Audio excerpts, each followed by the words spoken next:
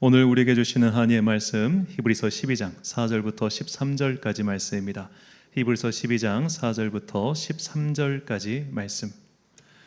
저와 함께 한 절씩 교독하시겠습니다. 너희가 죄와 싸우되 아직 피 흘리기까지는 대항하지 아니하고 또 아들들에게 권하는 것 같이 너희에게 권면하신 말씀도 잊었도다. 일러스되 내 아들아 주의 징계하심을 경히 여기지 말며 그에게 꾸지람을 받을 때에 낙심하지 말라. 주께서 그 사랑하시는 자를 징계하시고 그가 받아들이시는 아들마다 채찍질 하심이라 하였으니 너희가 참음은 징계를 받기 위함이라. 하나님이 아들과 같이 너희를 대우하시나니 어찌 아버지가 징계하지 않는 아들이 있으리요. 징계는 다 받는 것이거늘 너희에게 없으면 사생자요 친아들이 아니니라. 또 우리 육신의 아버지가 우리를 징계하여도 공경하였거든 하물며 모든 영의 아버지께 더욱 복종하며 살려하지 않겠느냐. 그들은 잠시 자기의 뜻대로 우리를 징계하였거니와 오직 하나님은 우리의 유익을 위하여 그의 거룩하심에 참여하게 하시느니라. 무릇 징계가 당시에는 즐거워 보이지 않고 슬퍼 보이나 후에 그로 말미암아 연단받은 자들은 의와 평강의 열매를 맺느니라.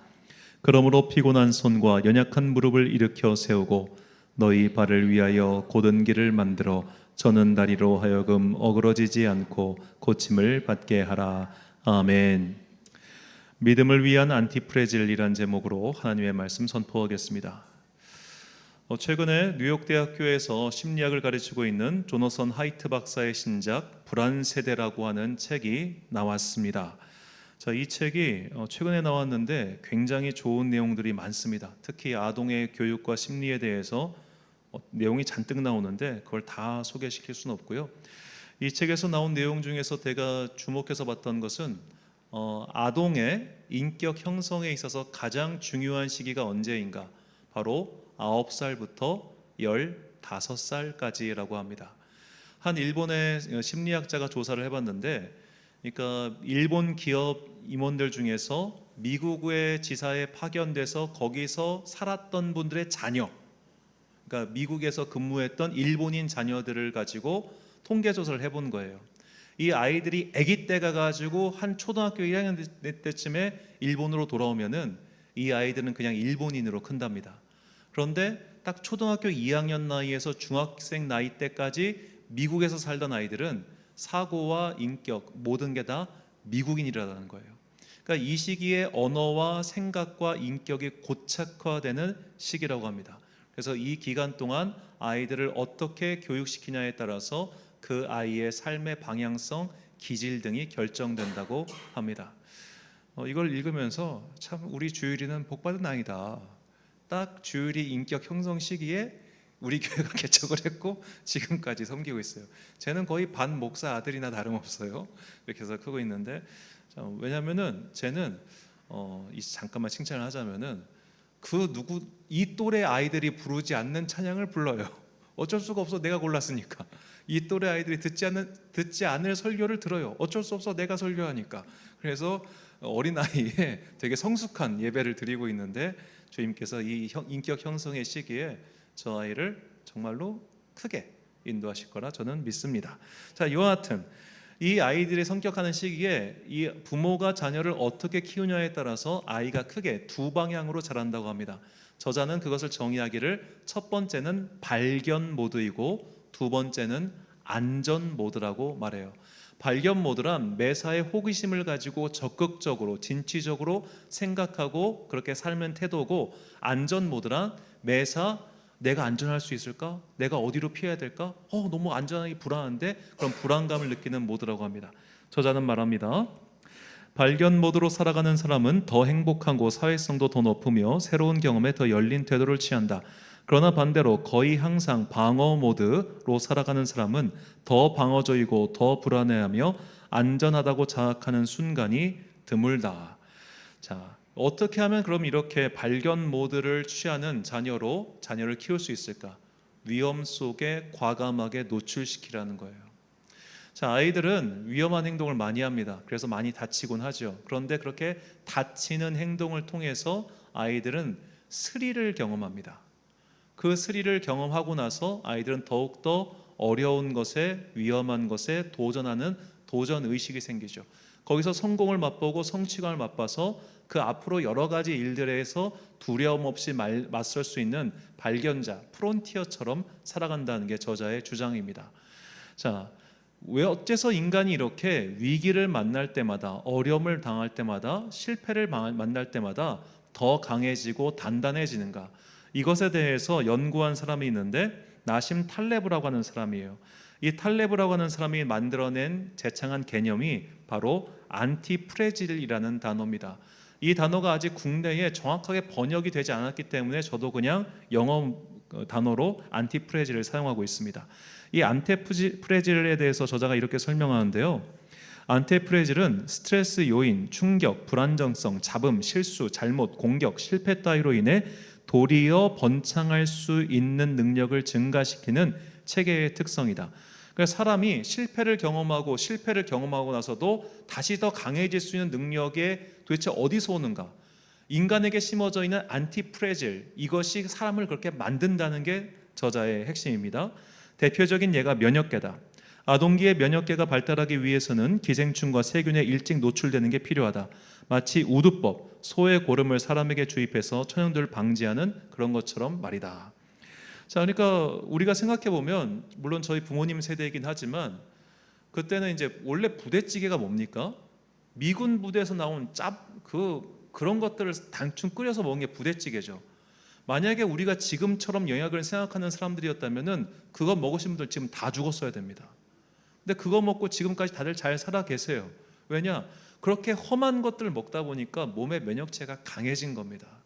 오히려 아이들이 그래서 무균실에서 태어나면은 오히려 더 약하게 태어난다, 살아간다, 그런 얘기가 있죠. 우두법이 결국 소에 있는 고름을 사람에게 주입시켜 가지고 천연들을 예방하는 것 아닙니까? 강하게 만들어야 더 강해지는 것. 이 속성을 저자가 안티프레질이라고 하는 것이죠. 그래서 저자가 이어서 설명해요. 아이는 선천적으로 안티프레질 능력이 있다. 과잉 보호를 받으며 자란 아이는 방어 모드에 머물며 덜 배우려 하며 불안을 더 많이 느끼고 일상적인 대화와 갈등에서 고통을 더 많이 경험한다. 행복은 인생의 모든 불행 유발 요인을 없앤다고 해서 얻을 수 있는 것이 아니다. 이 저자가 사회심리학자이면서도 긍정심리학자예요. 이 말 정말 중요하죠.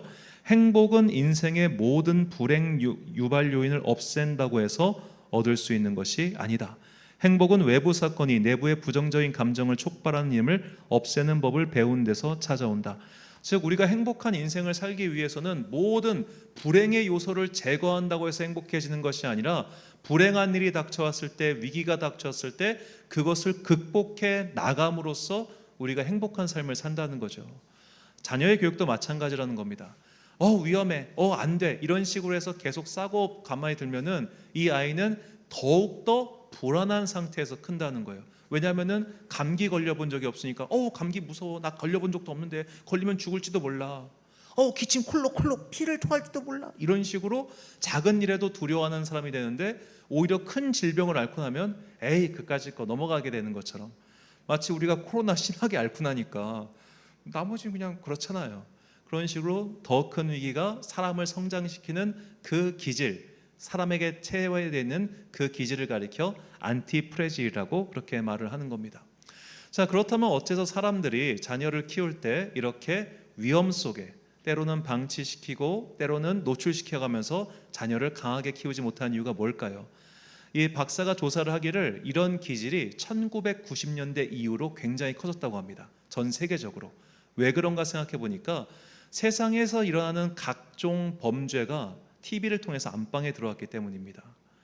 마치 실제로 아동 관련 범죄율은 급격하게 감소를 했음에도 불구하고 우리는 그런 일이 혹시라도 내 자녀에게 일어날까봐 전전긍긍해하면서 살고 있다는 것이죠. 이 저자의 표현이 기가 막힌 게, 우리는 어느샌가 과거에는 어른들이 마을에서 주변에서 자기 아이들을 감시하고 교육시켜주고 보호해준다는 인식이 있었는데 지금은 모르는 어른들에 대해서는 전부 다 준범죄자 취급을 하고 있다는 거예요. 저거 나쁜 놈. 그러니까 어른들도, 저도 그런 주의사항 많이 듣는데 남의 집 애들을 이뻐하지 않습니다. 혹시라도 어떤 오해를 살까 봐. 그러니까 저도 이제 전도사 시절에 아이들이 오면은 저 아이들 되게 좋아하거든요. 막 이렇게 초등학교 1학년 애들이니까 얼마나 귀여워요. 그런데 만질 때마다 항상 움찔했어요. 움찔, 움찔, 움찔. 그러니까 그냥 톡톡톡. 안고 싶은데 톡톡톡. 혹시 어떤 일 생길지 모르니까 이게 남녀를 구분을 하지 않아요. 그러니까 그런 식으로 우리가 계속해서 타인의 자녀의 같은 경우 경계하고 벽을 세우고 부모들도 다른 어른들에 대해서 경계하고 벽을 세우고 이러다 보니까 이 아이들은 계속 안전 모드 속에서 크면서 오히려 건강한 면역력을 갖추지 못한 채 성장하고 있다. 이게 전 세계 공통적인 현상이라는 겁니다. 그래서 재밌는 게 이 미국 부모가 생각하는 아이가 혼자서 놀아도 되는 단계와 시기, 자기 집 앞마당에서 아이가 혼자 놀아도 된다. 초등학교 5학년부터 자기 집 앞마당입니다. 엄마가 언제든지 볼 수 있는 그곳에서 놀아도 되는 시기가 12살. 동네 놀이터에 나가도 되는 시기 중학교 1학년이라는 거예요.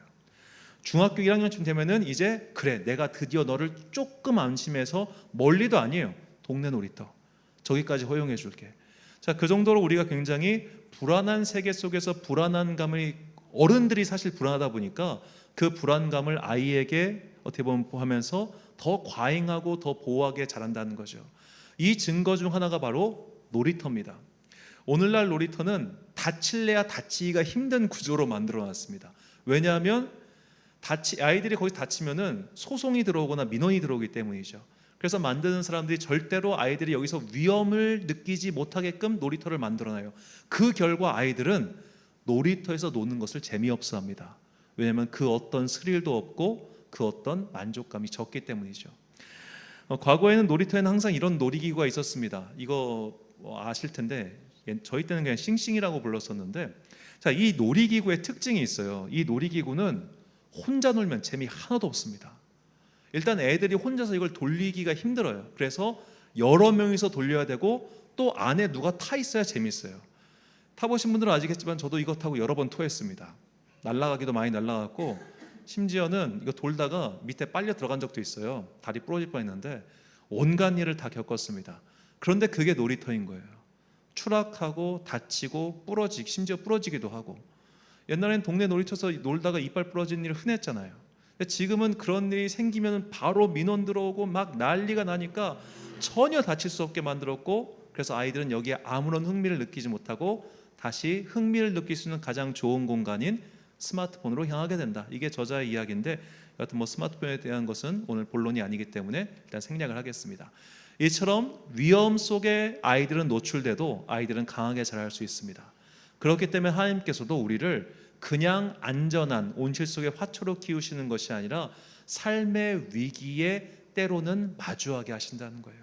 이것이 하나님께서 모든 사람을 키우시는 방법입니다. 우리가 하나님께서 키우시는 믿음의 사람이라면 우리에게 닥쳐오는 믿음의 시련, 환난에 대해서 이상하게 여길 것이 아니라 이미 우리 안에 믿음의 안티프레질, 즉 고통을 만나도 성장할 수 있는 능력이 이미 심어져 있기 때문에 주님께서 이런 환난을, 시험을, 연단을 허락하시는구나, 이것을 깨달아야 합니다. 자, 성경에 보면은 이렇게 연단을 많이 받은 사람이 있습니다. 대표적인 예로 야곱을 들 수 있겠죠. 자, 야곱은 유목민족의 관점에서 볼 때 그의 형 에서에 비해서 능력치가 지극히 떨어지는 사람이었습니다. 에서는 능숙한 사냥꾼이라고 나오죠. 그 당시 고대 유목민족에게 사냥꾼이라고 하는 것은 그냥 활 잘 쏘는 사람, 그런 의미가 아니라 유목민족, 자기 부족을 지킬 수 있는 군사 지도자의 자질이 있었다는 의미입니다. 그러니까 나중에 야곱이, 에서가 장정 400명을 이끌고 야곱을 만나러 가잖아요. 그 말인즉슨 그는 400명의 사람들을 군인으로 훈련시킬 수 있고 그들을 이끌 수 있는 리더의 자질이 있었다는 겁니다. 그러니까 그의 아빠가 볼 때 예쁘죠. 얘가 리더의 자질이 있다니, 우리 큰아들 짱. 근데 둘째 아들은 엄마가 볼 때 허약해요, 약해요. 그러니까 엄마가 싸고듭니다. 자, 재미있는 것은 리브가도 그렇고요, 나중에 야곱의 짝이 되는 라헬도 그렇지만 이분들은 여성인데도 그 당시 목동의 일을 했습니다. 양을 이끌고 가서 물을 먹이잖아요. 그 험한 일을 여성이 했어요. 그런데 자기 아들한테 그거 안 시켜요. 왜? 우리 아들은 약하니까. 약한 우리 아들 어디 부러질지 몰라, 어디 다칠지 몰라, 안 시켜. 계속 장막에 머물러요. 몇 살까지? 70살까지. 70살이 되도록 결혼도 하지 않고 장막에서 엄마의 치마폭에 쌓였던 게 야곱입니다. 자, 성경을 보면은 그런데 야곱은 이렇게 엄마가 안전한 모드로 안전한 장막 안에 그를 거하게 했을 때 그는 하나님 못 만났어요. 그가 하나님을 만난 곳이 어디냐? 집에서 아무것도 없이 나와가지고 들판에 버려진 신세처럼 있을 때 그는 거기서 베델의 하나님을 만나죠. 창세기 28장 16절부터 19절 말씀 제가 읽겠습니다. 야곱이 잠이 깨어 이르되 여호와께서 과연 여기 계시거늘 내가 알지 못하였도다.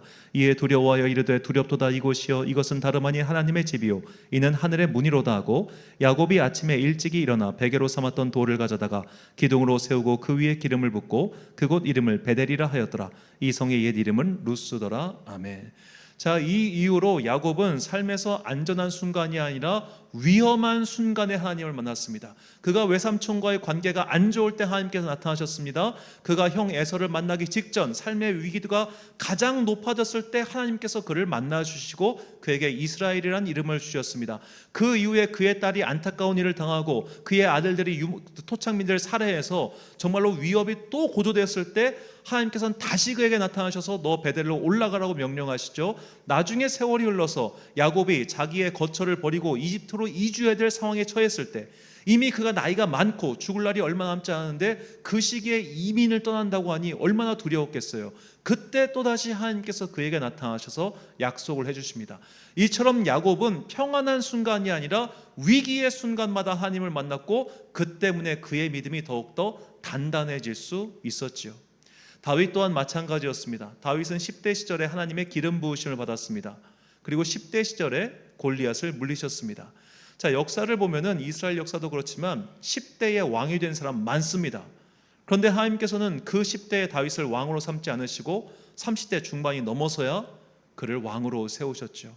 그렇게 긴 시간 동안 최소한 그는 10년 이상을 도망자로 살았고 배신자로 살았고 모욕을 당하는 자로 살았습니다. 왜 하나님께서는 그의 찬란하게 빛나는 20대 시절, 제일 예쁘고 제일 건강하고 제일 행복한 시절을 도망자로 살게 하셨을까요? 연단을 통해서 그가 하나님을 더욱더 깊이 체험하는 왕으로 삼으시기 위함이었습니다. 저는 이렇게 생각합니다. 다윗이 말년까지 하나님을 배신하지 않고 하나님의 곁에 머물 수 있었던 이유는 그가 20대 시절 쌓아놓은 믿음의 마일리지 때문이라는 생각이 들어요. 그가 신앙이 제일 좋았을 때는 20대였습니다. 그가 아둘람 굴속을 전전할 때 그는 하나님께 이렇게 말합니다. 시편 142편 4절과 5절 오른쪽을 살펴보소서. 나를 아는 이도 없고 나의 피난처도 없고 내 영혼을 돌보는 이도 없나이다. 여호와여, 내가 주께 부르짖어 말하기를 주는 나의 피난처시요 살아있는 사람들의 땅에서 나의 분깃이시라 하였나이다. 아멘.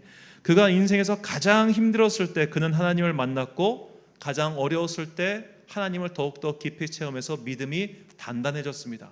그는 사실 40대 이후로 온갖 문제를 일으키지 20, 30대 곤고할 때 문제가 없었어요. 그때가 가장 빛났을, 그때가 인생의 겉면으로 보면은 가장 환란의 시기였지만 믿음의 가치로 볼 때 그는 그때가 가장 정금 같았고 순결했던 시간이었습니다. 이것이 하나님께서 하나님의 사람을 키우는 방식입니다. 그저 안전한 곳에서 우쭈쭈쭈쭈해서 키우시는 게 아니라 때로는 환란 가운데, 때로는 위기 가운데 우리를 몰아넣으세요. 그래서 우리가 더욱더 단단하고 순전한 주님의 도구로 만들어기를 원하시는 겁니다. 그래서 오늘 히브리서 기자는 우리에게 이렇게 말합니다. 5절부터 7절까지 말씀입니다. 또 아들들에게 권하는 것 같이 너희에게 권면하신 말씀도 잊었도다. 일러스되 내 아들아, 주의 징계하심을 경히 여기지 말며 그에게 꾸지람을 받을 때에 낙심하지 말라. 주께서 그 사랑하시는 자를 징계하시고 그가 받아들이시는 아들마다 채찍질 하심이라 하였으니 너희가 참음은 징계를 받기 위함이라. 하나님이 아들과 같이 너희를 대우하시나니 어찌 아버지가 징계하지 않는 아들이 있으리요. 아멘. 이처럼 하나님께서는 우리를 어려움 가운데 넣으십니다. 왜냐하면 그 전에 우리 안에 믿음을 위한 안티프레질, 즉 위기를 겪더라도 더욱더 단단해지고 성장할 수 있는 씨앗들을 심어 놓으셨기 때문입니다. 따라서 우리가 믿음 생활하는 동안 여러 가지 어려움에 봉착했을 때, 위기를 만났을 때 하나님을 원망하거나 불평할 것이 아니라 주님께서 나를 주님의 나라를 위한 도구로, 하나님의 손에 붙들린 사람으로 세우기 위한 연단이구나, 이것을 깨닫고 받아들이시기 바랍니다. 그런 사람이 매일을 기도와 감사와 예배로서 채워갈 수 있습니다. 물론 저도 이것을 원하지는 않습니다. 이런 이야기는 사실 고난을 겪지 않은 사람들이 하는 이야기예요. 고난을 겪으면요, 하기 싫어요. 고난을 겪어본 사람들은 이 고난이 대물림 되는 것도 싫고요, 남에게 가는 것도 싫고요, 내가 다시 겪고 싶지도 않습니다. 누가 저보고 20대 시절로 돌아가라면 전 싫습니다. 지금이 꽤 마음에 듭니다.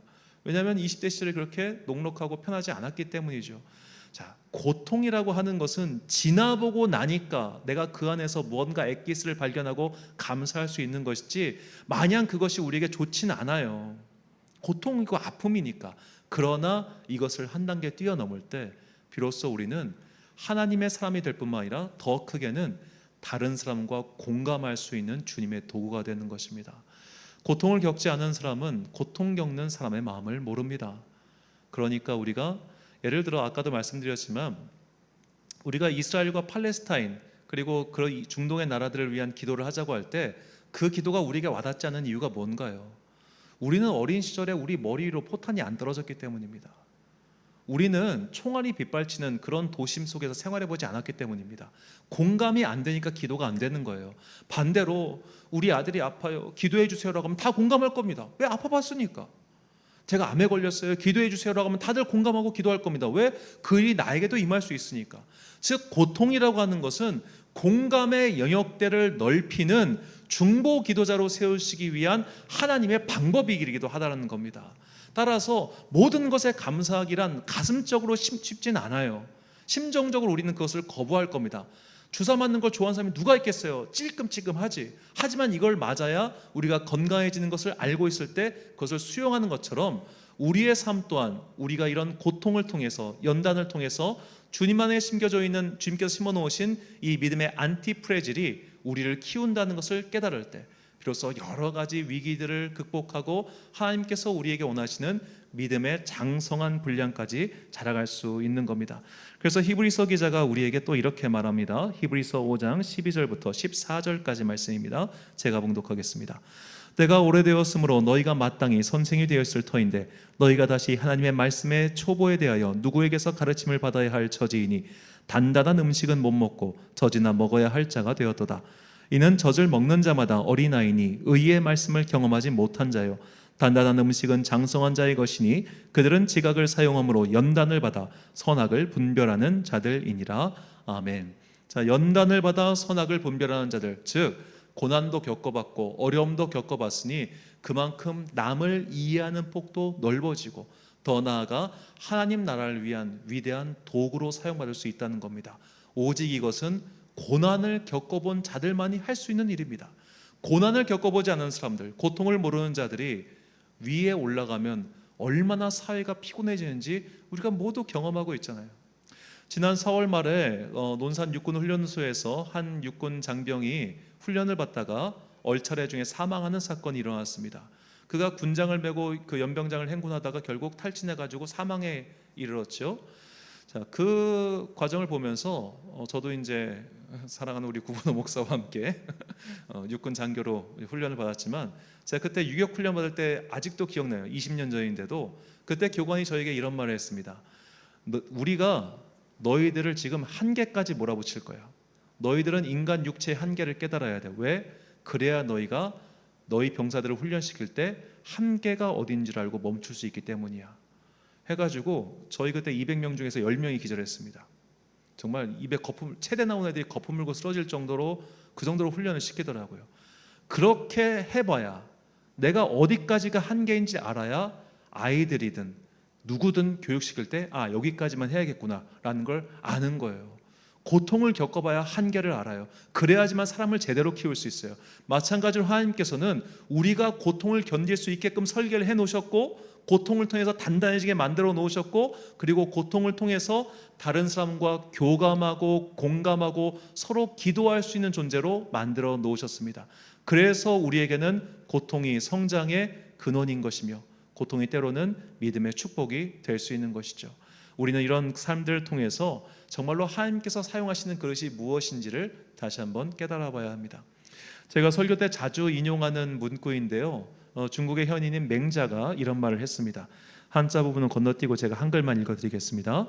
하늘이 장차 큰 임무를 사람에게 맡기려 하면 반드시 먼저 그 마음과 뜻을 괴롭히고 뼈마디가 꺾어지는 고난을 당하게 하며 그 몸을 굶주리게 하고 그 생황을 빈궁에 빠뜨려 하는 일마다 어지럽게 한다.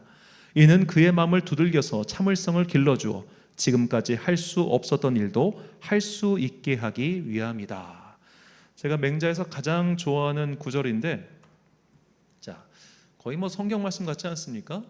우리가 고난을 겪고 있는 것은 하나님이 우리 미워서 그렇게 하는 게 아닙니다. 내가 어떤 죄를 지었기 때문도 아닙니다. 어떤 사람들은 뭐 조상의 죄 때문이다 이런 헛소리들을 하지만 다 헛소리입니다. 우리는 죄 때문에 고난받는 게 아니고 어떤 누군가의 잘못 때문에 징계를 받는 게 아니에요. 주님께서 우리를 사용하시기 위해서, 누군가를 위한 그 도구로, 누군가를 위한 선교적 목적으로 사용하시기 위해서 우리를 그곳에 부르셨고 그곳에 세우셨고 그곳에서 때로는 시험을, 때로는 추운 겨울을 보내게 하심을 믿고 주님의 섭리 속에서 이 고난을 믿음의 승리 요소로, 성장 요소로 삼는 여러분과 제가 되기를 간절히 소망합니다. 그래서 오늘 본문에서 히브리서 기자는 우리에게 이렇게 다짐의 말씀을 선포합니다. 본문 11절부터 13절까지 말씀을 함께 봉독하겠습니다. 시작. 무릇 징계가 당시에는 즐거워 보이지 않고 슬퍼 보이나 후에 그로 말미암아 연단받은 자들은 의와 평강의 열매를 맺느니라. 그러므로 피곤한 손과 연약한 무릎을 일으켜 세우고 너희 발을 위하여 곧은 길을 만들어 서는 다리로 하여금 어그러지지 않고 고침을 받게 하라. 아멘.